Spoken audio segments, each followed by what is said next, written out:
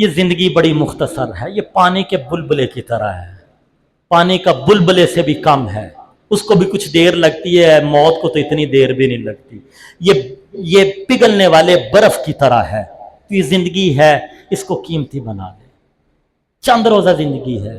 فرمایا امیر بھی گزر گیا، غریب بھی گزر گیا، حلال کھانے والا بھی چلا گیا، حرام کھانے والا بھی چلا گیا۔ وقت کا بادشاہ عبداللہ بن مبارک بھی شہزادے تھے، لیکن سب کچھ چھوڑ چھاڑ کر علم دین پڑھا اور اپنا مال اللہ کے راستے میں خرچ کیا۔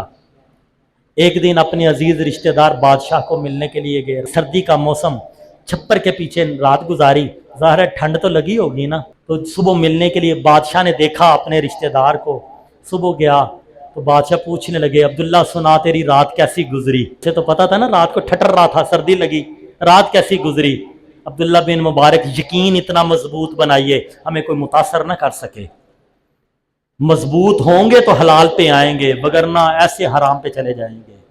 یقین مضبوط ہوگا، آخرت ہوگی یا تو پھر حلال پہ رہیں گے، وگرنہ حرام پہ چلے جائیں گے۔ عبداللہ بن مبارک نے کہا کچھ تیرے جیسی کچھ تجھ سے اچھی، کچھ تجھ جیسی رات گزری، کچھ تیرے جیسی کچھ تجھ سے اچھی۔ بادشاہ کہنے لگا عبداللہ کیسی بات کرتے ہو؟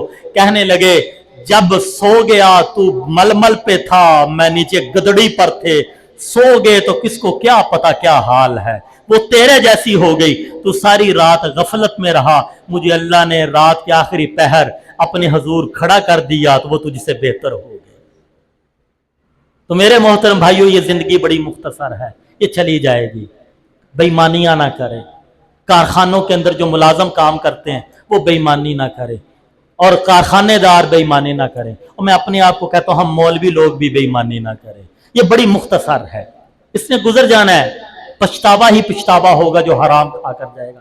حرام کھانے والے حضرت سعد رضی اللہ تعالیٰ عنہ رسول اللہ کی خدمت میں حاضر ہوئے، کہنے لگے یا رسول اللہ مستجاب الدعوات بننا چاہتا ہوں، یعنی جو مانگو اللہ قبول کر لے۔